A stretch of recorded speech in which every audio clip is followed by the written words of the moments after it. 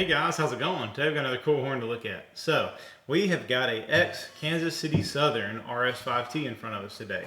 I've been looking for one of these guys for quite a while. Hard to find the KCS S5Ts or RS5Ts, but this one's kind of interesting as it's a complete horn that is all I guess original to the horn. With the paint and everything. This is how it was ran on the engine for years and years and years, but it's kind of a collaboration of parts. So I'll go over that here in a minute. But anyway, it is running with the 37 and the 44 reversed. So really interesting sound. Sounds good.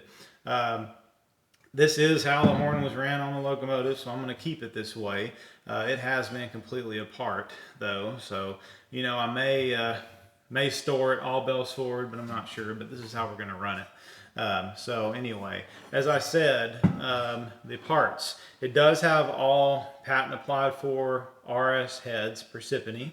Those are the early RS heads. Now the 25, let's look at this first. 25 is just a regular closed circle 25, and then let's see, the 37 is a square 37, so early. The manifold, as you can see, it has these ports, these plugs in the manifold. It's got side ports. This is an early manifold. It's like a early 60s, I believe, according to the tag. It does have the original tag. So early manifold. It's got a floating 55, which is a really early 55. And then you do have a circle, closed circle 44. And then the closed circle 31, or yeah, 31. Yep. So anyway, that's the parts. So kind of a collaboration of different era parts, but they're all original to this horn.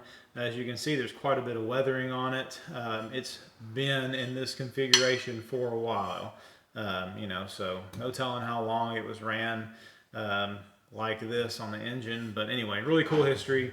As you know, KCS is technically no longer with us. CP took them over.